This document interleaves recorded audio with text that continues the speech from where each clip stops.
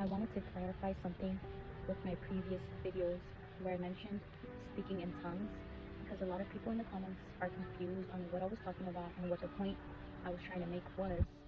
So if you look at my previous videos, specifically the 3-minute video that is posted on my main page, I was replying to 2 women who were speaking against Christianity because these women do voodoo, and they were claiming that in the same way they do rituals, Christianity does rituals as well during communion, because we drink and we eat the blood of Jesus, and because we speak in tongues.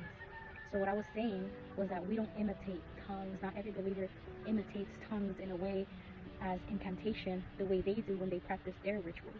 So the point that I was making is that we must be careful comparing witchcraft, sorcery, divination, whatever, to the rituals of Christianity. So if you look back on my videos, that is the point I was trying to make. But since people are arguing about the gift of tongues, what I will say is that not everyone has the gift of tongues.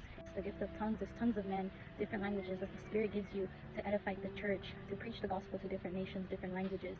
But there is a tongue which is between God and man, that one speaks to edify oneself but does not necessarily understand it. But if you do have the gift of interpretation, when someone is speaking in tongues in church out loud, there must be that interpretation so that the church is edified. Because Paul says, why do you speak in tongues out loud if the church cannot understand you? So if one is edifying themselves, they must be silent in the church. And that is scriptural.